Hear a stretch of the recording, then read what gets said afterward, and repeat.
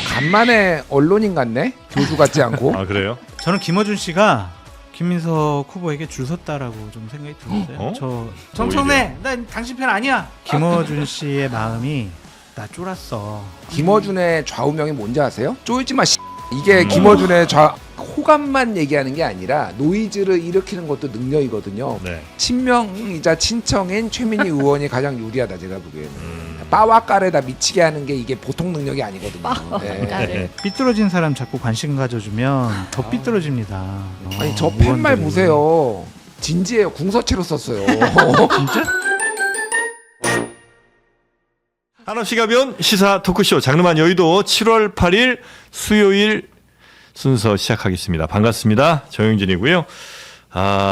오늘 아침에 김민석 전 총리, 김민석 의원이 방송에 출연해서 인터뷰한 내용들을 좀 받고 아마 화제가 된 것 같은데 굉장히 이제 전격적으로 당대표 선거에 이제 나섰다고 봐야 되는 것이고요. 그리고 상대 후보에 대한 워딩도 굉장히 좀 강해진 표현들이 좀 많이 나오는 것 같다. 그래서 당대표 선거가 아주 본격적으로 시작이 된 것 같습니다. 오늘 그 내용들 포함한 다양한 정치권 소식들 여러분께 전해드릴 예정이고요. 함께해 주실 분들 소개해 드리겠습니다. 김준일 평론가님 어서 오시고요. 예, 시사 일왕과 함께해서 가슴이 웅장해진 김준일입니다. 예. 네, 반갑습니다. 자, 그리고 장성철 소장님. 네, 안녕하세요. 네, 뭐 뒤에 없습니까? 언짢으셔. 영광이에요, 진짜 정말. 일왕이 이번 주에 일왕 또 때문에 두 번 뵈서 네네네. 한판승부에서 해가지고 더 기분이 좋고. 더 안 좋아요. 더 기분이 좋고 더 즐겁습니다. 아유, 고맙습니다. 영광. 네. 자, 그리고 이석현 평론가님. 안녕하세요. 시사 일왕 바라기 이석현입니다. 열심히 왜? 하겠습니다. 알겠습니다. 고맙습니다. 지난주에 그 가발 특집 진짜 이 얘기를 꼭 하려고요. 탈모 토론. 탈모 그거는 정말 레전드였습니다. 그래요? 정말 레전드. 기자님.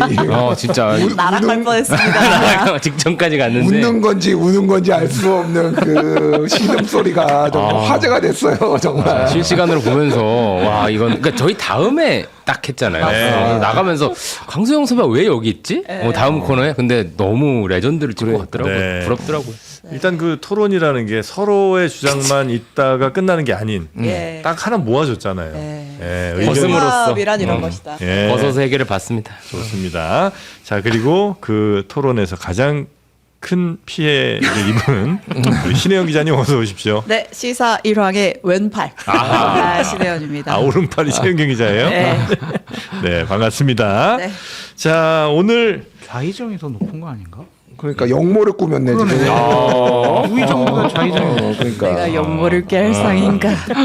네. 자, 오늘 이제 본격적으로 민주당 당 대표 선거 요 얘기부터 가야 될 것 같네요. 진짜 전면전. 제가 전면전이 시작됐다 이거를 되게 좀 이렇게 몇 번 했어요. 되게 네. 클리셰로. 근데 진짜 말 그대로 진짜 찐 전면전이 시작이 된 칼 것 뽑았어요. 같습니다. 칼을 뽑아 들었습니다. 그 김민석 의원이죠, 이제. 네. 김민석 의원이 출마 선언을 할 때 그 얘기를 했었잖아요. 지난 1년간의 자기 정치의 폐해가 당과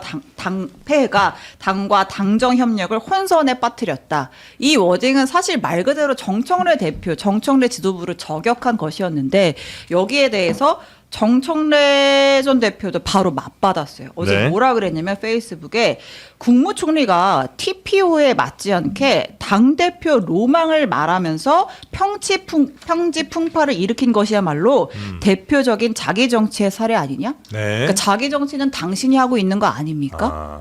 라고 하면서 이제 난타전이 시작이 된 것이죠. 꽤 긴 글을 올렸고 아마 저 여러 건 찾기가 올렸어요. 좀 쉽지 않으실 텐데 맨 밑에 패러그래프 맨 밑에 단락에 아마 시작 부분에 있을 겁니다. 그 맞습니다. 얘기가. 네. 네. 그래서 정청래 대표도 자기 정치는 김민석이 했다. 그렇죠. 이렇게 반격을 한 것이죠. 네, 이제 그러면서 이제 계속 뭐 잇따라 뭐 본인에 대한 자기 정치의 비난에 대해서 해명하는 뭐 짤도 올리고 글도 올리고 계속 하는 상황이었어요. 네. 이제 이런 상황에서 이제 김민석 의원이 누가 더 자기 정치에 폐해를 당에 끼쳤는지 당원들이 평가할 시간이다. 우리 토론도 해보자. 이제 또 이렇게 난타전이 있다가 네. 오늘 뉴스공장에 등판을 했죠. 네. 네, 뉴스공장에 등판을 해서 이제 김어준 씨와 이제 인터뷰를 진행을 했는데 김어준 씨가 이제 앞부분에서는 뭐 감기야, 계엄 때 뭐 이제 이런 얘기를 쭉 하다가 네. 자 이제 진짜 질문 들어가겠습니다라고 말하면서 네. 이 출마의 변을 틀어줍니다. 도대체 누가 자기 정치하고 있다는 거예요?를 물어요. 네. 거기에 대해서 김민석 의원이 굉장히 뭐 또박또박 준비해 온 것 같아요. 얘기를 합니다. 몇 가지 항목이 있다. 예를 들어 합당 과정의 어떤 논란, 검찰개혁 과정의 논란, 공천 논란, 선거 지위 이 네 가지가 당원과 국민의 기대에 미치지 못하는 것이다. 그리고 그 과정에 자기 정치가 있었다. 여당이라면 당정 협력에 부합을 하는지 그리고 그 다음에 자신의 정치적 계획과 욕구를 적정하게 절제하는지 이게 중요한데 아하. 그게 이루어지지 못했다. 그러면서 합당론에 대해서도 먼저 이야기를 합니다. 네. 충분히 숙고를 하고 정무적인 판단이 되었어야 하는데 그야말로 폭탄 선언식으로 정청래 대표가 합당론을 질렀다라는 겁니다. 네. 그래서 이를 그르칠 수밖에 없었다. 이제 이런 얘기를 하고요. 거기에 대해서 또 김어준 씨가 일종의 뭐 반론처럼 또 질문을 해요. 아니 대통령이 통합에 찬성했는데 합당에 찬성을 했는데 김민석 총리가 반대해서 안 됐다 이런 의혹 제기 있지 않았어요? 그때 이제 강득구 최고위원이 글이 있었잖아요. 네. 그래서 이제 뭐 비싹을 했지만 굉장히 논란이 됐었는데 거기에 대해서도 이제 김민석 의원이 0.1%도 사실이 아니다라고 이야기를 합니다. 근데 당시에 좀 논란이 됐던 대목이 8월 통합 전당대회가 있고 거기에 대해서 뭐 정무수석도 얘기를 했는데 김민석 총리가 좀 반대한다라는 취지의 이제 글이었었거든요. 네. 거기에 대해서 전혀 사실이 아니라면서 실제로 그런 논의가 있었다라고 하면 대통령이든 나든 강훈식 정도는 알아야 되는 거 아닙니까? 우리가 이제 수뇌부 중에 그 누구도 통합 전당대회에서 거론한 적이 없습니다. 이거 지금 다시 한번 강득구 의원한테 물어서 확인해도 좋습니다. 네. 강득구든 홍익표든 확인해도 좋습니다라고 하니까 이제 김어준 씨가 알겠다. 제가 추가적으로 확인해 보겠다. 네. 이런 과정들이 있었어요. 조국당과 조국혁신당과 이제 그 합당 논의를 하는 과정이 있어서 그러니까 반대쪽의 주장 그거죠.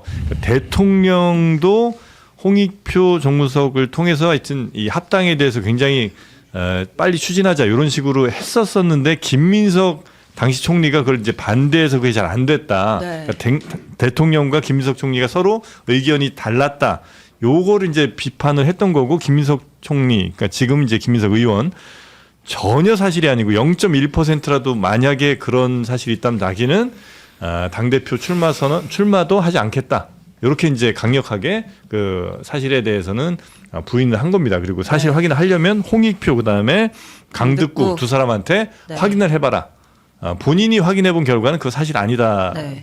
알고 있다라고 이제 얘기를 오늘 아침에 했습니다. 좀 작심하고 얘기를 하려고 했던 게 네. 어제도 그 최민희 의원이 계속해서 합당 누구 때문에 실패한 건가요? 밝힐 건 밝힙시다라고 하면서 뭐 김민석 총리 답하기 곤란하신가요? 이제 이런 식으로 네. 저격을 했었어요. 그러니까 이제 좀 약간 이제 진영의 공세가 이어지고 있다고 생각을 하니까 좀 얘기를 한 것 같고 그래서 일단 제가 쭉 전하고 네. 변평을 듣겠습니다. 그래서 이제 김어준 씨가 다시 묻습니다. 그래서 그럼 결국은 핵심은 통합 전대는 이제 구체적인 거고 통합을 할 거냐 합당을 할 거냐 말 거냐인 거잖아요. 그래서 조국혁신당은 통합의 대상이에요, 연대의 대상이에요 이렇게 묻습니다. 네. 거기에 대해서 김민석 총리가 이렇게 얘기를 해요. 정말 미안하지만 지금 현재까지 민주당은 거대 정당이고 책임 정당이고 여당이다. 다른 세력과 결합한다고 한다면 그것은 흡수 통합으로 이루어져야 할 것입니다. 아하. 네. 합당을 민주당의 한다면 이름을 흡수 어떻게 통합이다. 바꾸겠습니까? 그리고 1대1로 할 수 없는 거 아니겠습니까? 그렇기 때문에 정치적으로 합치는 과정을 거치더라도 법률적으로는 결과론적으로는 흡수 합당일 수밖에 없는 것입니다. 네. 이렇게 이야기했습니다. 네. 그리고 그것까지만 전할까요? 그 이낙연 전 총리 얘기도 좀 나왔죠. 아 저는 여기서 진짜 와 정말 약간 저는 소름. 네. 이낙연이라는 이름은 사실 민주당에서는 굉장히 거북할 수밖에 없는 이름이잖아요. 누가 만약에 그 이름에 지목이 된다면. 예. 그런데 그 이름이 나왔습니다. 예, 그러니까 지금 당대표 선거에 출마하는 것이 약간 적절한가라는 취지의 질문을 하는 과정에서 그 이름이 언급이 된 것이거든요. 네. 그거는 저희가 급하게 준비했습니다. 바로 네? 들어보겠습니다. 아, 이군요? 예. 근데 이제 이런 그러니까 김민석 후보를 싫어하거나 반대하는 사람이 아니라 차기로 아끼는 사람들도 이런 걱정할 수 있잖아요. 이낙연 케이스를 되돌아보면서 총선도 대승했고 당대표였는데 그래서 차기는 굳어지는 줄 알았더니 불과 몇 개월 만에 크게 추락했어요. 그러니까 이낙연 실패 사례도 있지 않느냐. 지금 꼭 나서야 하느냐 이런 우려 있을 수 있지 않습니까? 우리 지나간 일 중에는 우리 총수께서 이거 서울시장 후보 나가면은 지금 말씀처럼 그 본인도 좋고 또 제가 서울시장을 30대 나갔던 사람이니까 그야말로 그것도 로망도 있고 네. 그리고 흔히 말씀드린 그러면 그 정치인으로서 그 다음을 보기도 좋지 않겠냐 하는 선의가 담겨서 뭐 여론조사에도 계속 넣으려고 하고 뭐 그런 것도 있었지 않습니까? 네. 네. 와, 양 칼이 서로 웃으면서 부딪히는. 숨 막혀요. 자, 이낙연 전 대표 얘기까지 좀 나왔는데 지금 요 상황들 좀 많이 뉴스를 좀 전해드려서 네. 뭐 이야기할 것들이 너무 많으시겠습니다만 네. 전체적으로 좀 어떻게 보고 계신지 우리 김준일 평론가님부터 한번 말씀 주실까요? 김어준이 이제 뭐 어떤 진영에 섰다 조금 더 누구한테 우호적이다 뭐 이런 이제 비판도 받고 그러는데 네. 간만에 언론인 같네 교주 같지 않고 아, 그래요? 예, 교주 같지 않고 언론인 같네. 그러니까 언론인의 기본 덕목은 뭐가 됐든 인터뷰가 나왔으면은 공격이라기보다는 날카롭게 질문을 해서 네. 이 사람의 모순이나 입장이나 이런 거를 드러내거나 끌어내는 거잖아요. 김어준 준비 많이 했네. 이 생각이 들어요. 물론 뭐 정청래 대표 전 대표를 대리해서 뛰는 것 같은 느낌도 있지만은 뭐가 됐든 하여간 김어준 준비 많이 했네. 야 네. 간만에 스마트한 모습을 봤다. 아하. 김어준 맨날 흐리멍텅하게 교주처럼 횡설수설대다가 그거를 봤고 또 하나는 네. 김민석 전 총리도 준비를 많이 했네. 그러니까 이게 얼마나 이제 공격적으로 나올지를 알았잖아요. 예상했겠죠. 예전 그 앞단에서부터 누누이 이제 켜켜이 쌓여온 게 네네네. 있잖아요. 계속 서울시장 후보 놓고 조문 갔는데 거기에서 미국은 왜 그래요? 막 그러면서 그거 자기 방송에서 막 얘기하고 막 온갖 이제 그 긴장 관계가 있었으니까 나올 수 있는 얘기들을 다 준비했구나. 뭐이 생각이 들었어요. 그래서 흥미롭다 일단. 김어준도 스마트하고 김민석은 더 스마트했다. 저는 뭐 이렇게 보고 네. 합당은 일단 뭐 다른 건 뭐 다 있는데 합당은 누군가는 찬성하고 누군가는 반대하고 누군가는 기분 나쁠 수 있죠. 네. 근데 우상호 전 정무수석도 얘기하고 대통령은 큰 틀에서는 합당 얘기를 언젠가는 해야 된다라는 얘기를 한 건데 그 시점을 결정한 거는 정청래 대표잖아요. 네. 코스피 5천 갔을 때 네, 네. 아무한테도 얘기 안 하다가 그날 갑자기 20분 전에 최고위원들 얘기해서 최고위원들이 조국혁신당은 그 전날인가 얘기했다는데 그러니까 이게 뭐냐라고 반발을 불러일으킨 그 리더십에 대해서는 정청래 대표가 이 과정과 결과에 대해서는 온전히 책임을 져야죠. 뭐 김민석이 찬성할 수도 있고 반대할 수도 있지. 근데 그거가 그러면은 이게 다 어그러진 이유라고? 저는 이런 식으로 갖다 붙이면 안 된다. 책임질 거는 정확하게 책임지고 그거에 대해서 그때 누가 책임이 있었는지 그거를 평가를 해야 되는데 그 부분이 김어준이 굉장히 김민석 총리 때문에 이게 안 된 것처럼 네. 몰아가려고 하는 게 좀 있었다. 제가 보기에는. 그러니까 당대표라면 당연히 그 합당이라는 거대한 이벤트를 두고 치밀하게 준비도 해야 되고 또 대통령과의 뭐 충분한 커뮤니케이션도 있었어야 되는데 그냥 한 사람 뭐 물론 이제 총리는 중요한 자리에 있긴 했습니다만 한 사람의 반대 정도로 어그러질 일 같으면 그렇게 추진했어서는 안 됐고 모든 책임도 역시 정청래 당시의 당대표가 지어야 되는 것이 맞다. 당연하죠. 네. 그거는 본인이 책임지고 한 건데, 그러니까 이게 가장 큰 문제가 됐던 거는 왜 그런 식으로 하느냐. 네. 이게 가장 큰 명분이 됐잖아요. 왜 이런 식으로 급하게 아무런 사전 논의도 없이 네. 이런 식으로 왜 이 시점에라고 했으면 그거에 대해서 본인이 설득을 하고 넘었어야 됐는데 그거는 정청래 리더십 부족이죠. 그거를 네. 뭐 다른 거를 책임을 지우는 건 말이 안 된다. 네. 저는 김어준 씨가 김민석 후보에게 줄 섰다라고 좀 생각이 들었어요. 그러니까 인터뷰를 보고 김민석 후보 쪽으로 줄을 섰다고요? 네, 그 어떤 의미죠? 여러 가지 그냥 불편한 질문을 하는 형식으로 하면서 네. 김민석 후보의 해명을 다 들어줬거든요. 네. 그것이 여러 가지 논란이 될 만한 전당대회 때 이슈가 될 만한 사항들을 이번에 그냥 김어준 씨가 깔끔하게 김민석 총리의 입장을 다 들어줌으로써 정청래 후보가 뭔가 공격하기 어려울 정도로 좀 정리를 해주지 않았느냐 그런 생각이 들고 처음부터 CCTV를 공개해버렸잖아요. 네. 아. 그러면서 CCTV라고 하는 거는 김민석 총리가 계엄 당시에 그 국회 담을 넘고 또 국회 본관 안으로 들어오는 그 시간 같은 게 다 표시된 그 CCTV. 막 헐레벌떡 뛰어가고 네네네. 담 넘어가는 거 그런 걸 다 처음에 그냥 만나자마자 이거 내가 정리해줄게. 네. 자 이거 틀어줬단 말이에요. 네. 그것이 지금 정청래 전 대표 측에서는 가장 공격 포인트였거든요. 뭐 이성윤 의원 등이 네, 당신 이거 겁쟁이 아니야? 비겁하게 계엄 때 뭐 그냥, 했어? 막 네. 그냥 피한 거 아니야? 도망간 거 감기약 아니야? 먹고 잔 거냐? 네, 그런데 그 상을 쭉 정리를 다 해준 것을 보고 네. 또 합당 문제라든지 이런 것들도 얘기를 다 들어줬단 말이에요. 음. 꽤 큰 반박을 안 하더라고요. 네. 그런 걸 보면 김어준 씨가 프랑스에 음식점 개업을 하러 가고 그 이후에 와가지고 그렇게 논란이 될 만한 발언을 안 한 것 그리고 오늘 김민석 후보에 대해서 인터뷰하면서 저런 입장을 다 들어준 것은 결론적으로 말씀드리면 좀 제가 그냥 양념 쳐서 얘기한 거예요. 네. 줄 섰고 그리고 전당대회 때 정청래 후보 편을 그렇게 크게 들지 않을 것이다. 않겠구나. 이제 전당대회에서의 어떤 영향력을 네. 본인 스스로가 네. 난 이거는 영향력을 내가 발휘하면 안 돼. 나는 영향력을 끼치지 않을 거야. 이걸로 그냥 정리합시다라고 선언한 거다. 네, 그렇게 좀 보여줬어요. 이낙연 사례를 꺼낸 것은 괜찮나요?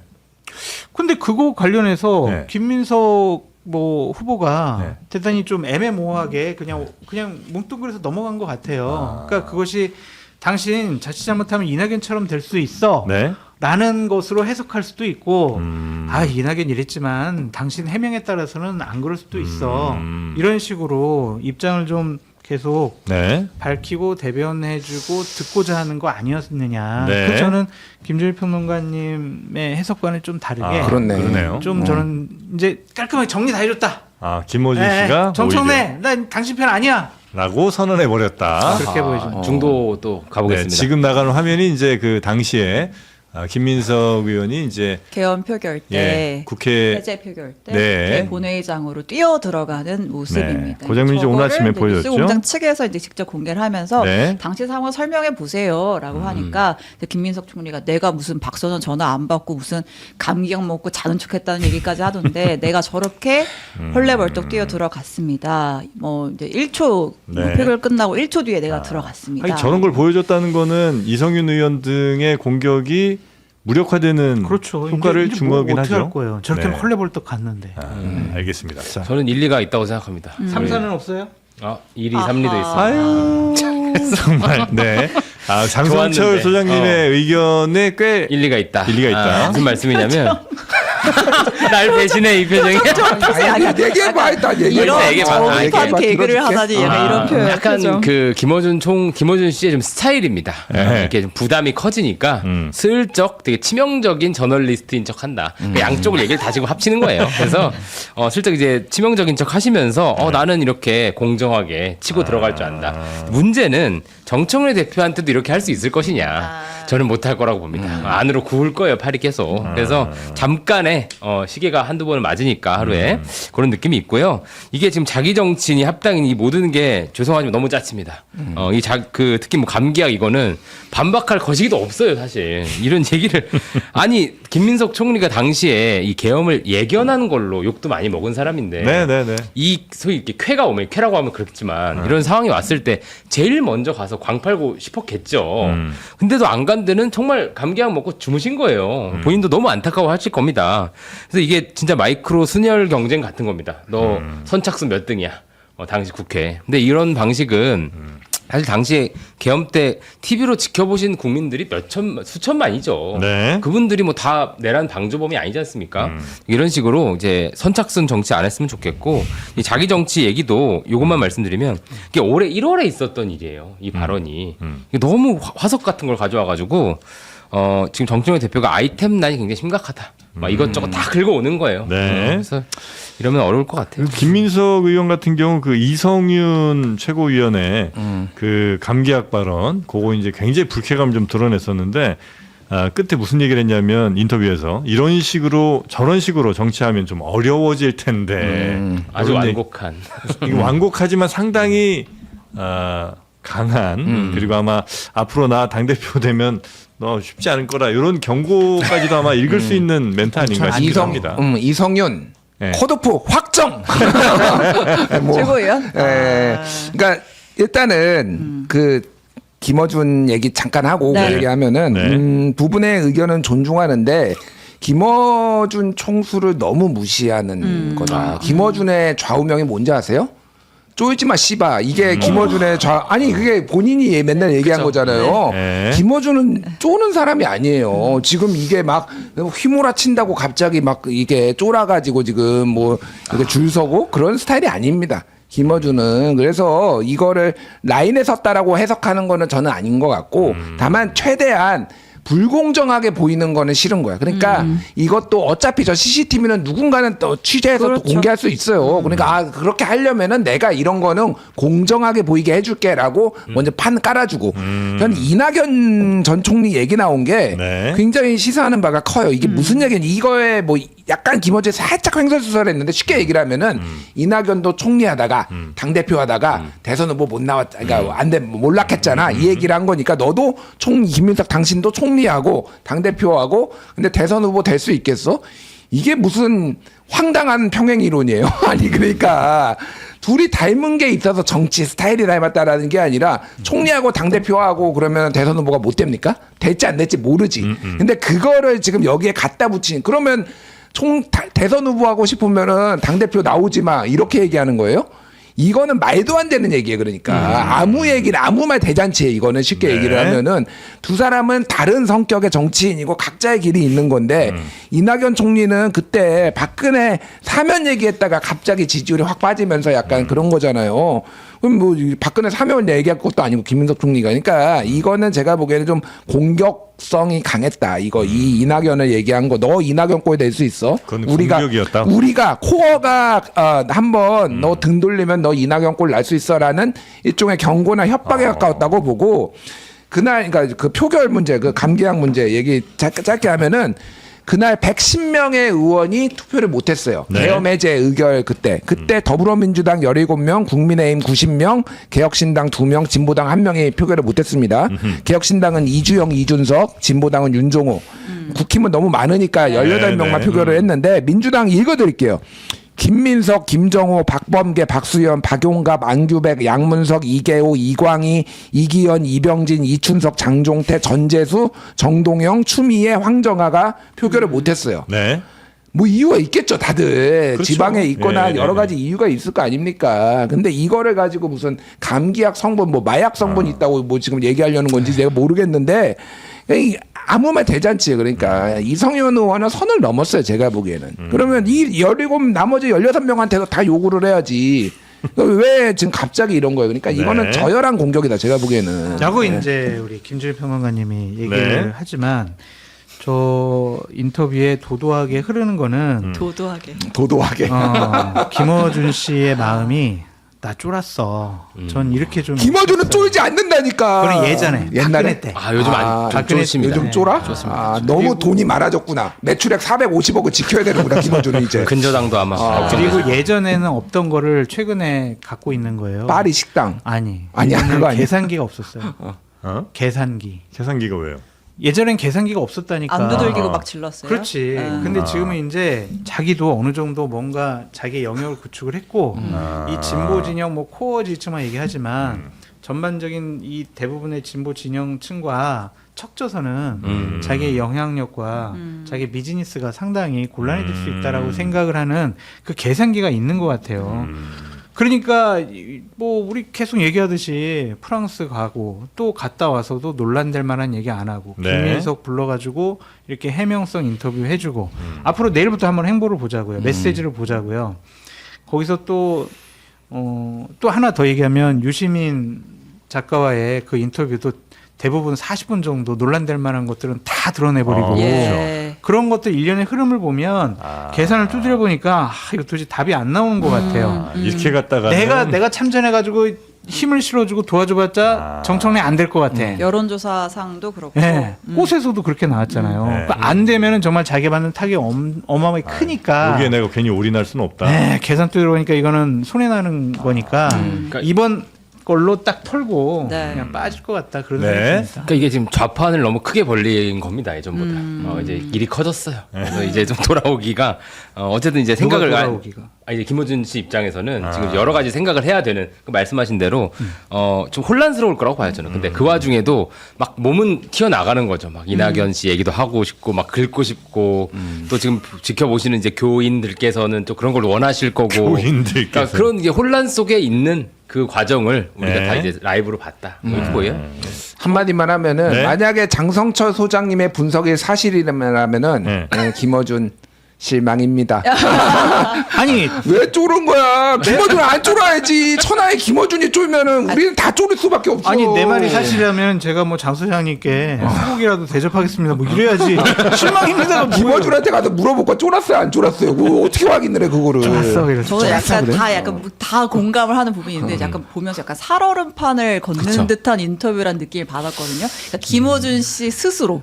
그러니까 이게 어쨌든 말씀하신 대로 계엄해제 표결 같은 경우에는 당연히 뭐 증거 영상이 있는 것이고 뭐 허위 사실이라는 얘기까지 있으니까 해명할 거는 충분히 판을 깔아줘서 분위기를 만든 다음에 하고 싶은 질문을 했었어야 했던 거예요. 근데 저는 보면서 오늘 물론 등장은 했습니다만 언급이 많이 안 된 게 정청래 세 글자예요. 그러니까 정청래 편을 들어주지도 않고 정청래와 김민석의 대결 구도를 부각하지도 않았어요. 그러니까 이제 나는 누구의 편이 아니야라는 거를 조금 보여주고 싶었던 게 아닌가 네. 그런 부분이 있고 그럼에도 불구하고 물어볼 건 물어보는데 그 질문의 톤이라는 게 있잖아요. 그 이낙연 전 총리 언급하기 전에 질문이 뭐였냐면 이재명 정부의 성공을 위해서 총리로 기여할 바가 참 많았을 텐데 왜 굳이 불과 1년 만에 당대표를 하려고 하세요? 질문의 이제 톤이 이렇단 말이죠. 근데 여기에 대해서 김민석 총리도 진짜 세게 나옵니다. 그러니까 이제 팽팽하게 붙어요. 저도 원래 총리 하려고 했던 사람 아니에요. 저 누가 주변에 총리 추천하라 그래서 제가 유시민 작가 추천한 적도 있었어요. 근데 어쨌든 총리가 되고 나서 보니까 딱 4, 5개월 만에 내가 당으로 복귀할 수밖에 없겠구나 하는 생각이 들던데요. 당이 너무 안 도와준다는 거죠? 네. 아. 왜 4, 5개월 만에 그런 생각을 하셨어요? 그러니까 그냥 그런 공감대가 생겼다. 당청의 협력이 정말 원활하게 돌아가는 체제가 필요하다는 생각이 들었어요. 또 이렇게 얘기를 해요. 그러니까 그런 말을 하도록 자락을 깔아준 거라고 저는 생각이 드는 거예요. 이렇게 그러니까, 세게 나올 줄 알았을까요? 김어준 씨가? 그러니까 본인 뭐 그야말로 알 수는 없지만은 네. 그거에 대해서 만약에 김어준 씨가 마음에 안 들고 난 정치랑 편 들어줘야지 그러면은 제 2차 질문, 제 3차 질문 계속 들어갔을 것 같아요. 이러이러한 것도 있었고 근데 이건 어떻게 할 거예요? 막 이랬는데 네네, 그런 거 안 하고 예 그렇군요. 제가 뭐 또 다음에 또 알아보겠습니다. 이런 식으로 넘어갔단 말이에요. 네. 이건 쫄은 거다. 알겠습니다. 그 반면 이제 친청계들은 계속해서 이제 사방으로 강력한 공격들을 좀 하고 있는 것 같은데 특히 그 전에 그거 하나만 여쭤봐도 뭐죠? 돼요. 그 신동호 전 비서관이 얘기했잖아요. 정청래 대표 이번 정부에 입각하려고 했는데 네. 나는 임명직은 안 한다라고 하면서 이제 고사했다라는 거잖아요. 근데 이 얘기가 왜 지금 나올까요? 저는 이제 헛헛한 한마평 정치라고 생각해요. 이게 유시민 작가님도 뭐 총리 네. 막 그런 얘기 하시고 하는데 사실 공천이나 이런 임명할 때는 그 이를테면 국회의원 비례 공천 한 수백 명이 제안을 받습니다. 막상 이제 올라가는 라인업은 최종 결정되는 거죠. 그러니까 이런 식으로 지금 이 당대표 선거 국면 직전에 약간 좀 이렇게 냄새를 풍기는 거 아닌가. 그냥 이런 그 정도로 식의, 나는 갈 수도 있는 사람이지만 내가 사양했다. 보통 이제 이런 건 다른 진영에서 전해줘야 되는데 또 친문 쪽에서 나오니까 네. 더 머쓱한 거죠. 아닐 수가 있죠. 아니 김민석 총리하는데 나보고 장관하라고? 그게 기분 나빴을 나 수도 있고. 총리감이지. 나는 2030년 대선 나갈 사람인데 나보고 아하. 장관하라고 장관이라니. 이거네. 당 대표인데 장관하라고? 이거는 좀 기분 불쾌하다. 나쁘네. 아니, 그런 그러니까 것이 지금 아닙니까? 김민석 총리가 아니라 정청래 그거 대표가 정청래. 네. 이제 이 입각 제의를 제안을 받고, 받았다라는 건데 네. 그 소문이 돌았어요. 예. 뭐 이게 이제 어디까지 사실인지 모르겠는데 행안부 장관 제안이 있어서 당 대표를 못 나오게 하고 겸사겸사 그쵸. 예우하고 뭐 이런 것도 그런 있었는데 분이었죠. 네. 모르겠어요. 그러니까 뭐 정청래 대표가 그러니까 이게 뭐냐면은 내가 이재명 반명이 아니고 이재명 정부와 척지는 사람이 아니야라는 거를 얘기한 건데 어떻게 보면은 진짜 친명이면은 입각을 해가지고 정부의 성공을 돕는 게 그게 친명일 수도 있는 거잖아요. 네. 뭐 각자 해석이 다를 수 있지만은 굳이 한 번 한 당대표로 또 나오는 게 그러면은 친명이냐. 친명의 뭐 입장이냐 뭐 그건 뭐 해석의 영역이니까. 네. 여튼 이제 갈등이 심해지고 있는 상황에서 친청계 의원들, 특히 그 강훈식 비서실장이 제3의 길에 아주 강하게 반감을 드러냈죠. 예, 그 지난주에 있었던 민주당 당원, 그러니까 의원 워크숍에서 이제 강훈식 비서실장이 나와서 이제 뭐 축사 겸 기조 발언 같은 걸 했잖아요. 네. 사실상 대통령의 메시지를 이제 전하러 갔던 것인데 그때 이제 영국의 노동당이 이제 추진했던 제3의 길을 언급하면서 민주당도 기존 지지층을 넘어서 중도층의 손을 내밀어야 한다. 그러니까 외연 확장해야 한다. 이제 이런 메시지를 냈잖아요. 이에 대해서 뭐 당시에도 그 예전에 뭐 노사모 분이었죠? 그 이상호 씨가 미키루크. 예, 미키루크가 이거는 기회주의적인 협잡이다 막 이제 이런 식으로 강하게 반발했었고 네. 현역 의원들 중에서도 좀 반발이 나오고 있어요. 아니 당의 노선은 당이 결정하는 건데 왜 대통령실에서 이래라 저래라야 이제 이런 반응들이 나오고 있다고 합니다. 네, 뭐 네. 이 길도 아니고 저 길도 아니면 어떤 길을 가겠다는 거냐, 뭐 이런 등등의 아주 강한 어조의 비판이 있었다고 하는데, 네. 심지어는 뭐 당무 개입 아니냐는 뭐 이런 얘기들조차도 이런 뉘앙스의 얘기들도 좀 나온다는 것 같기도 하고요. 그리고 저 친청의 의원들 이번에 역시 그 최고위원 도전하는 사람들이 좀 있죠. 어떤 분들 그렇습니다. 계십니까? 뭐 친청 중에서 누가 있을까요? 이성윤 의원 있을 것 네, 같고. 이성윤 의원 있고요. 최민희 최민희 의원 있고요. 한민수 한민수 의원이 있죠. 친명계는 누구 나오십니까? 네, 뭐 변호인 출신이 이건태 의원 있고 김영호 의원 있고 박선원 의원이 있고요. 또 박성준 의원, 서미화 의원, 그다음에 김용전 부원장 이렇게가 있고 이번에 또 8년 만에 청년 최고위원이 부활하지 않았습니까? 네. 네, 또 이제 정민철 부의장이 있고요. 김형남 전 후보. 네. 네. 근데 최고위원도 출마 러시입니다. 저 명단에는 문제가 있어요. 왜 제가 그렇죠? 보면 분류가 잘못됐습니다. 아, 그런가요? 예. 최민희 의원은 본인이 나는 친청이 아니다, 친명이다라고 얘기를 했어요. 그래서 극명이다. 박성태 그 CBS 뉴스쇼 진행자랑 막 이렇게 약간의 설전도 있었잖아요. 네네네. 그랬죠. 뭐 아니라는데 왜 억지로 친청으로 넣습니까? 빨리 친명으로 옮겨주세요. 최민희 의원은 친명입니다. 네. 아니 근데 그때 박성태 저 진행자도 그 얘기했잖아요. 친청이면서 친명일 수도 있는 거 아니냐? 왜 두 개가 양립하면 안 되는 거냐? 아, 얘기했습니다. 그런 얘기 했었었죠. 정말. 그래서 후속 질문이 그거 아니었어. 그러면 이제 친명은 친명인데 그럼 친청이세요? 친석이세요? 이제 이것도 물어봤는데 답변을 좀 안 했던 걸로 제가 기억을 합니다. 네. 자 그래서 뭐 본인의 의지와는 무관하게 여튼 이렇게 이제 분류들이 되고 있잖아요. 유력하게 가는 분들이 누구라고 혹시 보십니까? 친청계에서는 최민희 의원 가능성이 꽤 높나요 지금? 현재 구도로 보면? 거의 근데 이게 보면은 인지도 싸움이에요, 솔직히. 그래서 인지도 싸움이라서 저 중에서 가장 그러니까 인지도라는 게 호감만 얘기하는 게 아니라 노이즈를 일으키는 것도 능력이거든요. 그러면 그쪽을 지지하는 사람들이 또 결집을 하기 때문에 방금 친청계에서 솔직히 어느 분이 능력이 있느냐, 인품이 훌륭하냐 그런 거를 떠나서 네. 친명이자 친청인 최민희 의원이 가장 유리하다 제가 보기에는. 빠와 까레다 미치게 하는 게 이게 보통 능력이 아니거든요. 네.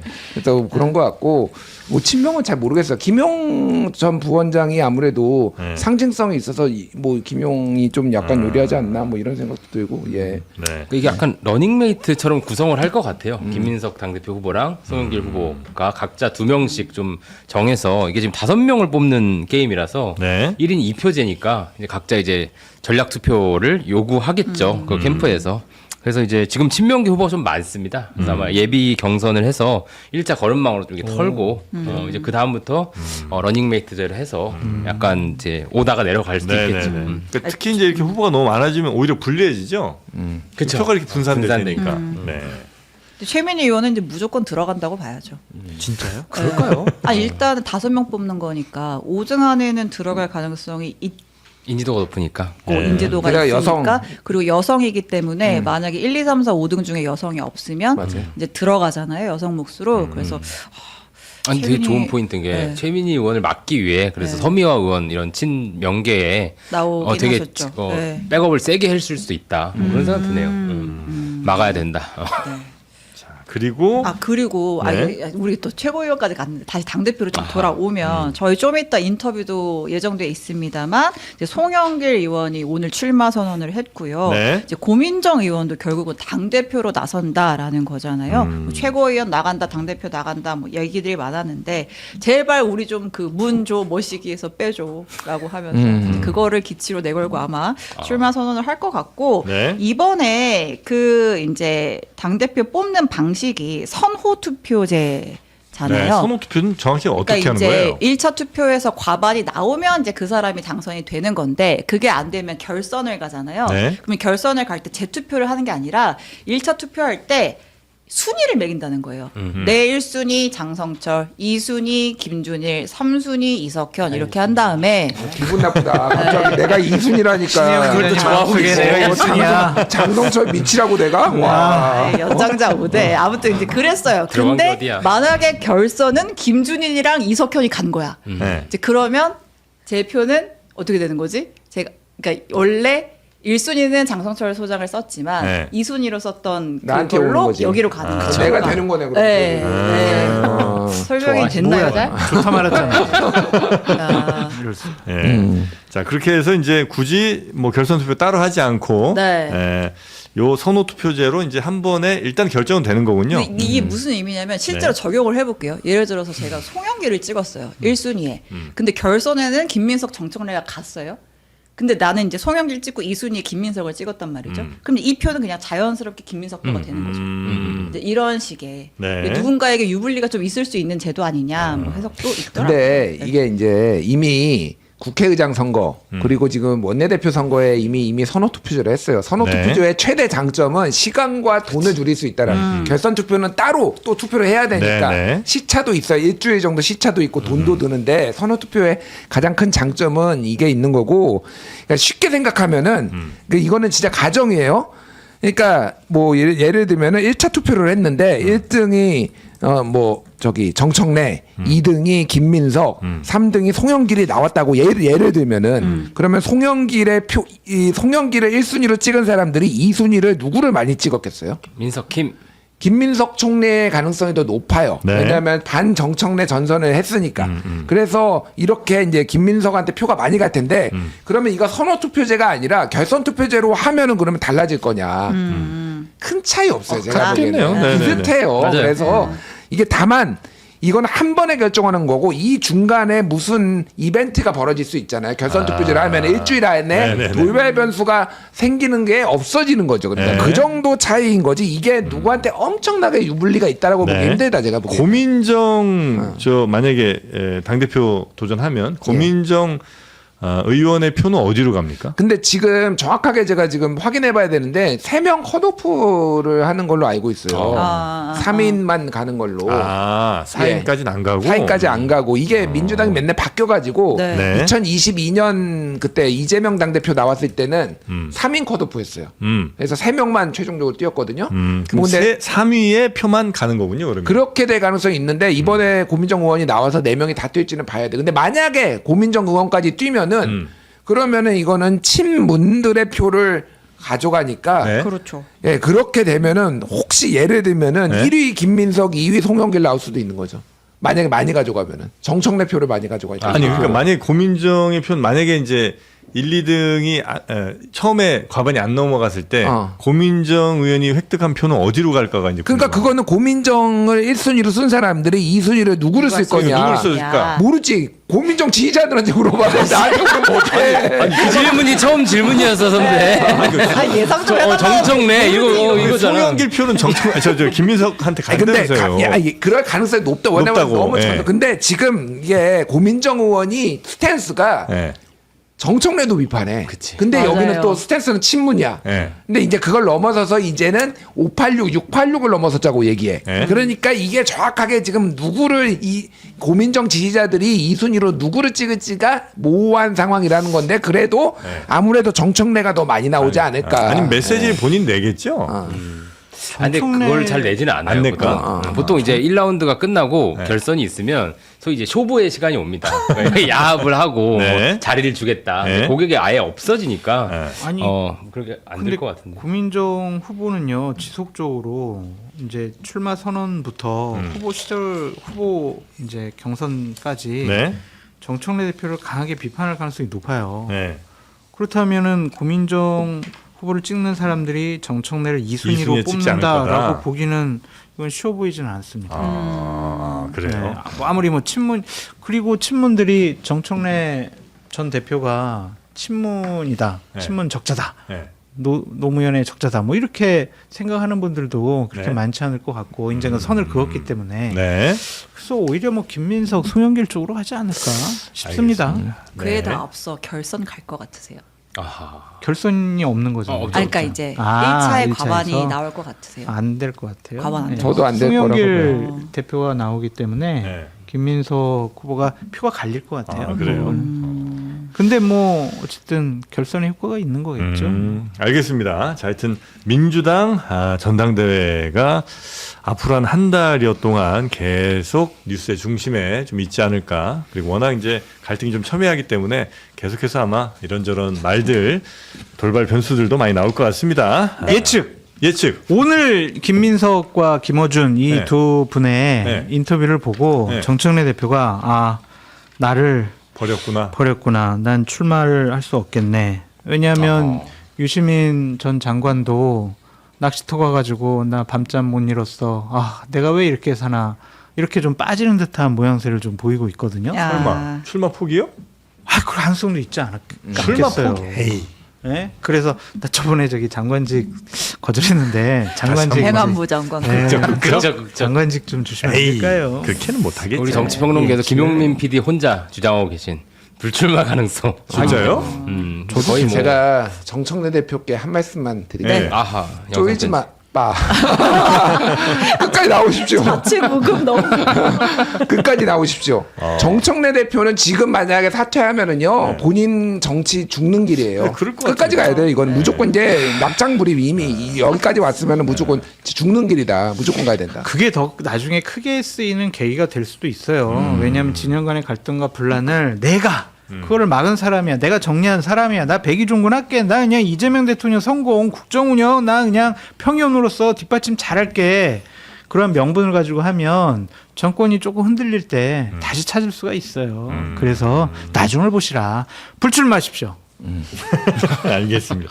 야, 뭐 쉽지 않을 것 같은데. 그래요? 자, 대답 그럼 없는 메아리. 네. 자, 국민의힘도 한번 가볼까요? 네, 장동혁 대표가 일주일 만에 올림픽 공원을 또 찾았습니다. 영상 있죠.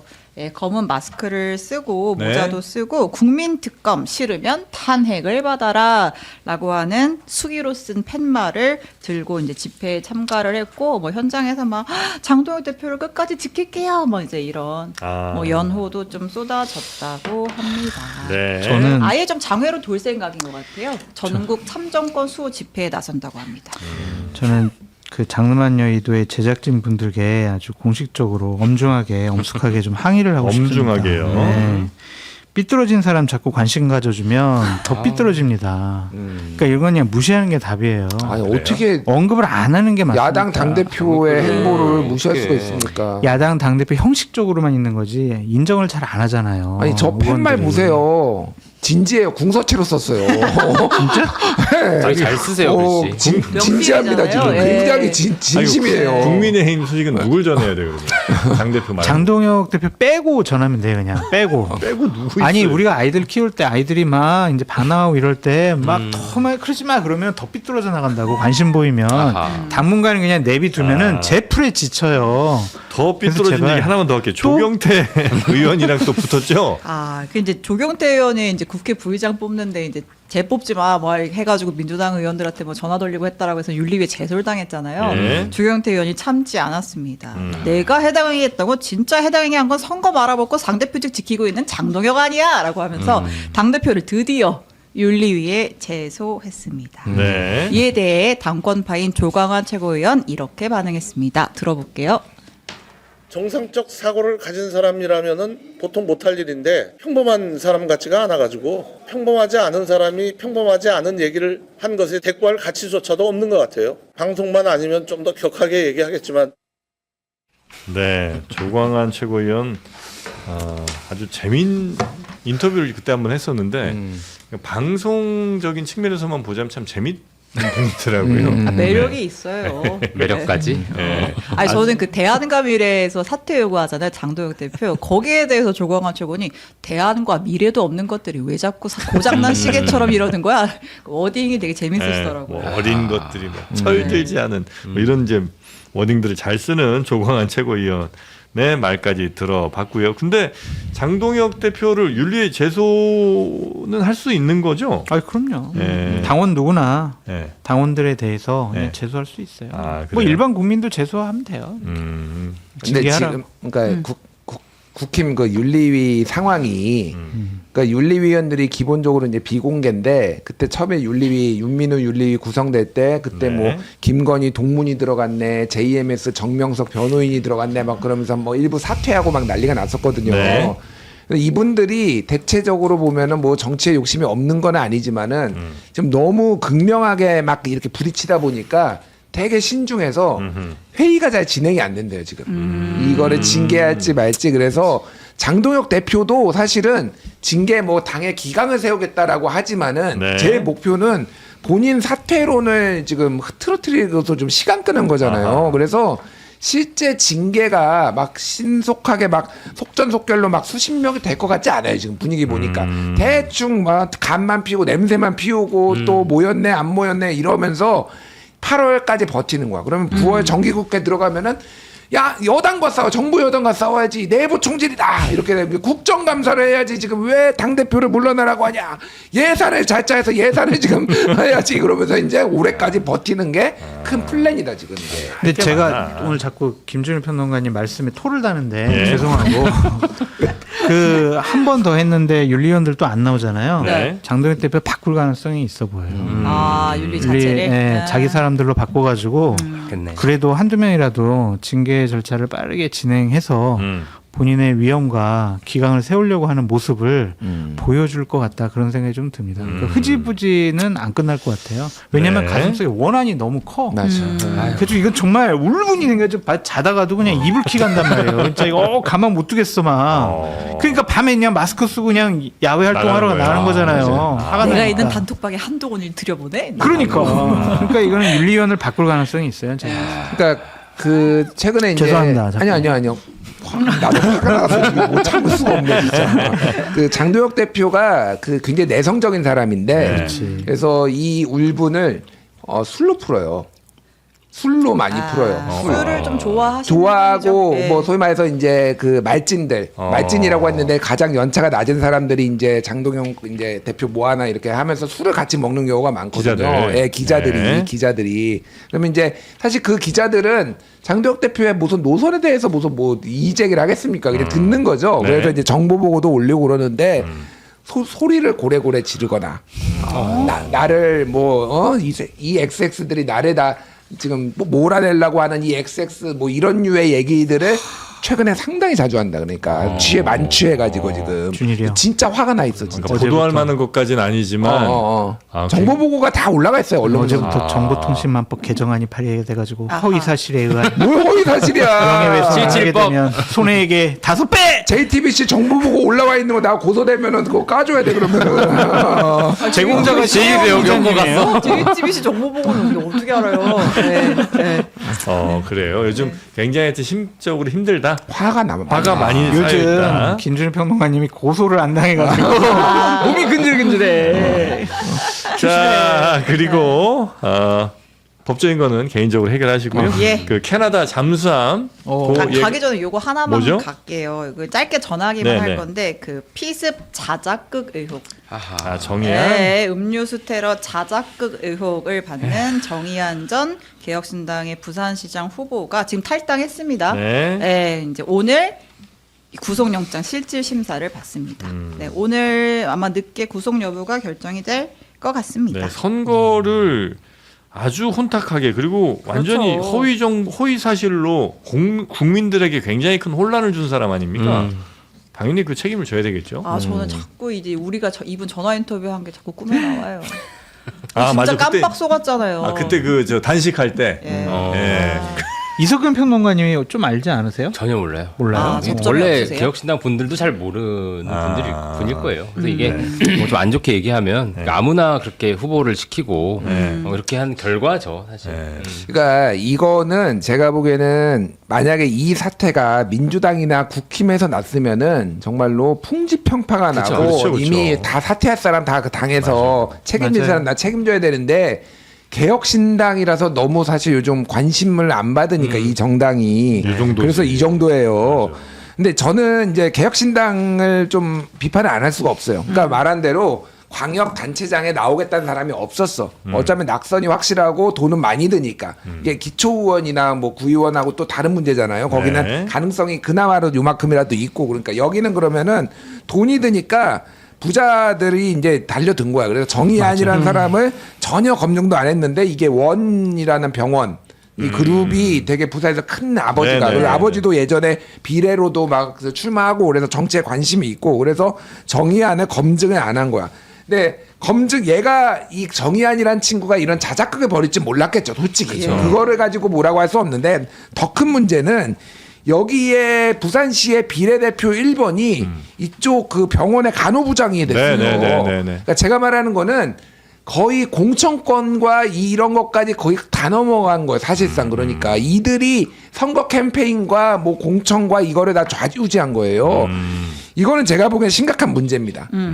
이게 저는 더 문제예요. 그러니까 네. 개인들한테 외주 용역을 줘버린 거예요. 이쪽 부산 선거는 니들이 공천도 다 하고 니들 돈 들여가지고 선거 운동도 하고 다 하라고 한 거예요. 무책임하게 이럴 데가 없는 거죠. 그리고 이런 상황이 되니까 이제 뭐 처음에는 우리도 피해자다라고 얘기했다가 이제 다시 한번 사과한다고 얘기는 했는데 네. 개혁신당은 사실 이번에 워낙 양당이 시끄러워서 그렇지 딱 한 명 됐어요. 기초의원.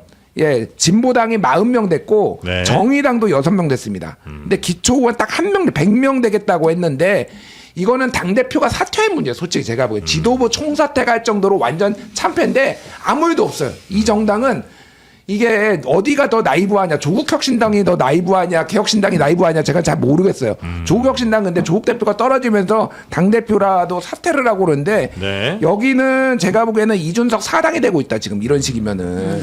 이 네. 부산시장에 단지 그냥 집안에 좀 여유 있는 사람이 자기 돈을 할게요. 당 이름만 빌려주세요 정도였는지 아니면 그 이상의 무엇인가가 있었을지는 요건 한번 좀 파봐야 되는 문제긴 한 것 같습니다. 그렇게까지는 안 갔을 것 같긴 한데 그럴까요? 이게 아마 그 내재적 접근을 해보면 네. 후보 자체를 구하기가 어렵죠. 그러니까 이제 검증 없이 된 건데 사실 당의 후보에 공천된다는 거에 가치를 좀 스스로 둬야 돼요. 이렇게 아무나에게 줄 수 있는 무언가가 돼서는 안 된다고 생각하고 일종의 당시 이제 단일화 협상 같은 게 도처에서 있을 수 있었잖아요. 그러니까 소위 후보도 귀하게 여기지 않은 면도 있는 거예요.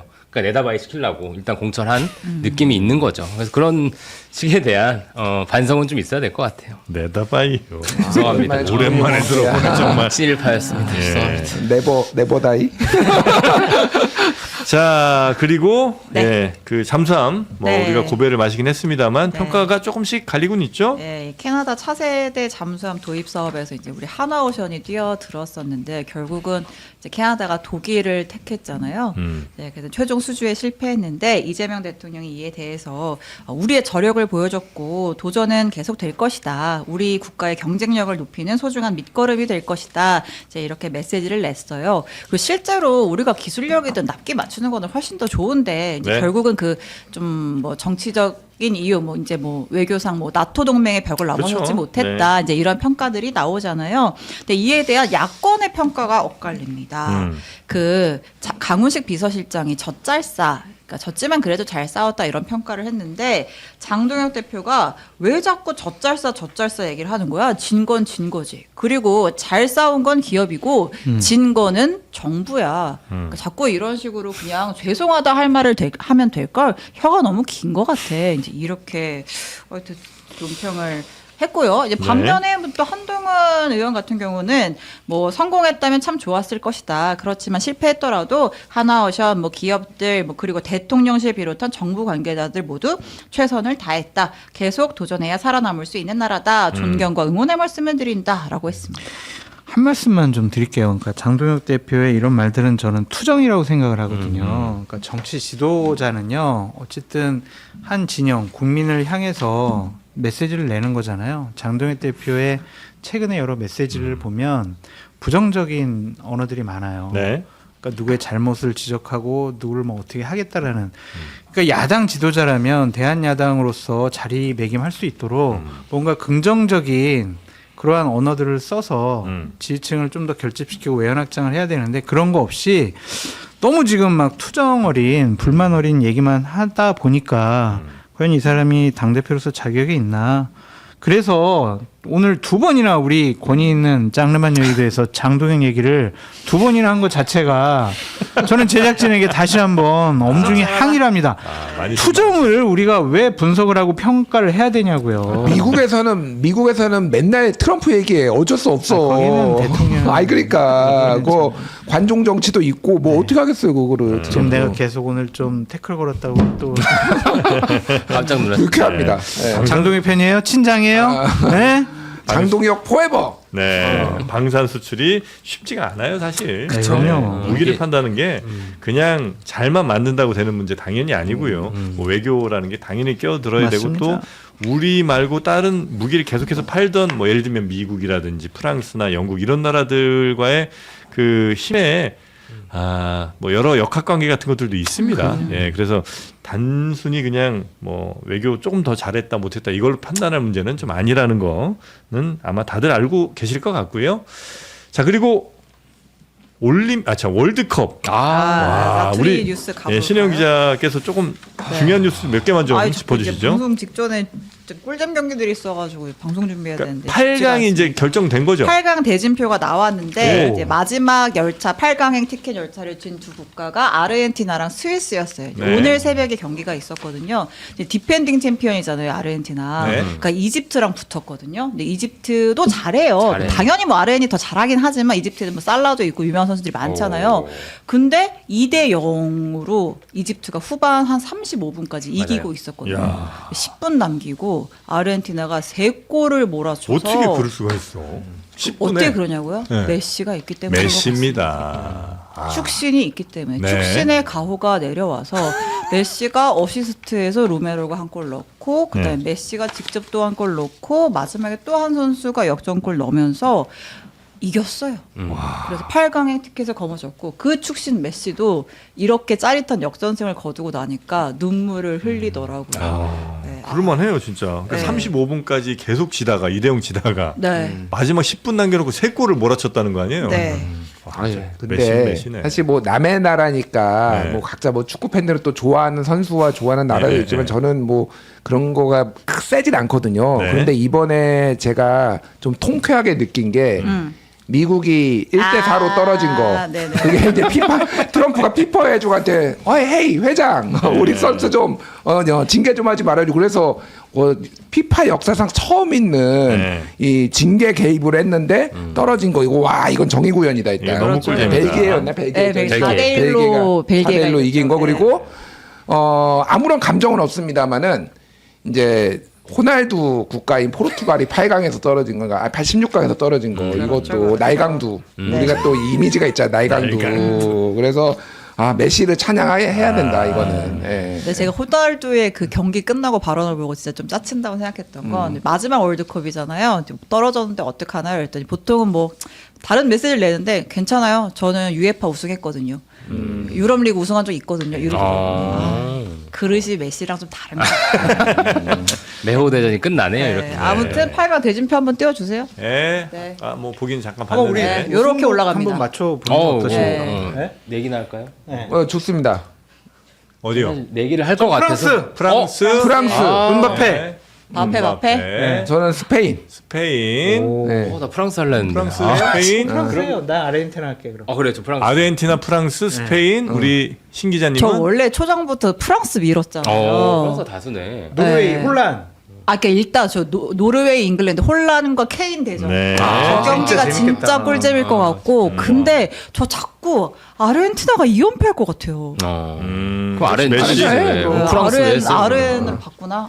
신영 기자님이 신기가 생겼나? 네. 아, 이게 뭔가 기운이 메시에게 있는 것 같아. 그래요. 네. 그러네. 스토리로 만들어가는 것 같기도 스토리가 하고. 네, 그냥 역사에 길이 남는 축신이 되려고 2연패를 할 수도 있을 것 1, 2, 3위 그러면 일왕. 네. 우리 일왕의 선택은? 그러니까 지금 최종 1, 2, 3위가 프랑스, 아르헨티나, 그다음에 스페인, 스페인? 요 정도 지금 꼽히잖아요. 아래. 모로코 걸어 모로코. 제가 볼 때는 모로코. 1위는 호박파차입니다. 네, 2위 결명자차, 3위 양파 껍질차. 이렇게 저는 보고 있습니다. 아, 호박파차의 이 구수한 맛, 요거 다이어트 할 때 굉장히 붓기 뺄 때 호박 맞습니다. 굉장히 좋잖아요. 네, 그래서 아주 구수하게 즐기실 수 있는. 광고를 봤는데 네? 이거를 아무리 먹어도 붓기가 안 빠지는 사람들이 있긴 있더라고요. 그만 좀 드시고. 그거 안 드셨으면 더 붓는 거예요. 아, 더 부은 거야? 이 말했어? 그러면 다들? 네, 요거 호박파차 여성분들 엄청 좋아하시고요. 특히 이제 임신 후라든지 아니면 이렇게 잘 붓는 분들께서 굉장히 즐겨 드시는. 그리고 이제 양파 껍질차, 요거는 퀘르세틴이 들어 있어서 네. 항산화. 늙지 않는 그래요? 네, 그런 효과가 좀 있는 거고요. 결명자는 뭐 눈에 좋은 거 다 아실 것 같고. 자, 이렇게 마음에 드는 차로 이렇게 3박스를 담으시면 반값 50%를 할인 받으실 수 있으니까 거기다가 추가로 한 박스를 또 무료로 그러니까 4박스를 3박스의 반값, 그러니까 한 박스 반값으로 4박스를 받는 겁니다. 아헤이. 이거는 뭐 지금 안 하면 여러분만 손해 보시는 거고 여러분 두고두고 후회하실 일이고 빨리 주문을 하시는 게 좋겠다 생각이 듭니다. 올여름 한철 건강하게 마실 차들 골고루 담아서 저렴하게 가져가시기 바랍니다. 감사합니다. 네, 잠시 후에 저희는 송영길 의원 모셔서 당대표 출마 관련된 이야기 좀 여쭤보고요. 송영길 의원 저 칭찬 하나만. 요. 막 비판하고 막 네거티브 하는데 그 와중에 대한민국이 반도체가 미래로 가야 될 게 막 이런 거 대담해서 유튜브에 올리고 그러시더라고요. 네. 나라를 걱정하시는 분이다 진짜 이분이. 나가는 훌륭하신 길에 분이에요, 좋습니다. 진짜. 네. 마이웨이. 인사 잘하려고. 송영길 의원 오시기 전에 물병은 다 치우도록 하겠습니다. 아, 위험합니다. 물병을 던지고 오랜만이다. 물병. 자, 그러면 세 분 대단히 감사하고요. 다음 주에 뵙겠습니다. 고맙습니다. 감사합니다. 네.